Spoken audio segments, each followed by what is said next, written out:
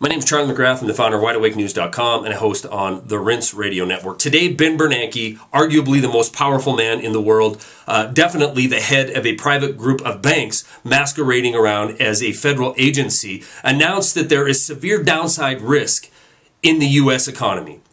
If this statement, along with the fact that 3 of the too big to fails that you have spent billions upon billions of dollars to rescue have been downgraded, that along with the statement of Ben Bernanke doesn't cause your pulse to increase, then it is time to check that pulse and make sure you're still alive.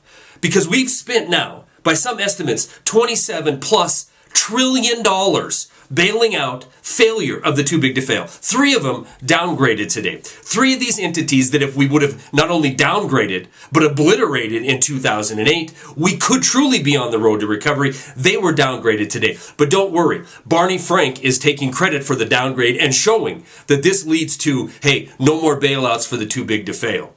The too big to fail don't need to be bailed out anymore. Do you understand this, Barney Frank? Their failure has been put onto the backs of the American people. That's why we've went from $9 trillion national debt to $16 trillion national debt in the same amount of time. It matters not what happens to these agencies now. It matters not what happens to these too big to fails now, because their failure is ours.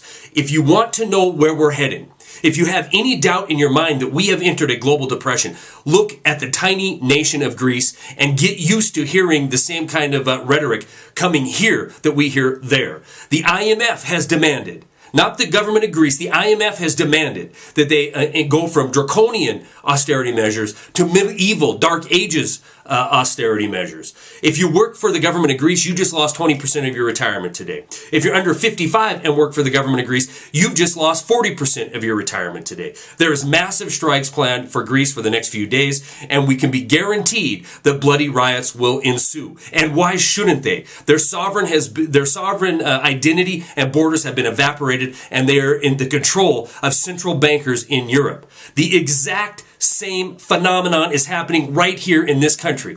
The world is overloaded with debt. The global depression is here, and not one individual is going before the cameras talking about a solution that could possibly work, which is debt forgiveness, debt reduction. Here we are in 2011, and we get delivered this statement.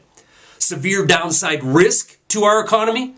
Do we tell that to the millions and millions of people who've been foreclosed on since 2008? Do we tell that to the scores of millions of people who've lost their jobs since the so-called recession has ended? Do we tell it to the too big to fail fat cats who are engorged in profit over the last 3 years because they've been able to borrow money from that same Federal Reserve for absolutely nothing, drive their stock ups, and pad their profits? And if you don't see it now, you won't until it hits you like a sledgehammer, like another promise, like another bailout that is going to save the day, that is going to make your life better. The global depression is here. It is time to accept this reality and remember who brought us here. Stories are attached. That's all I got.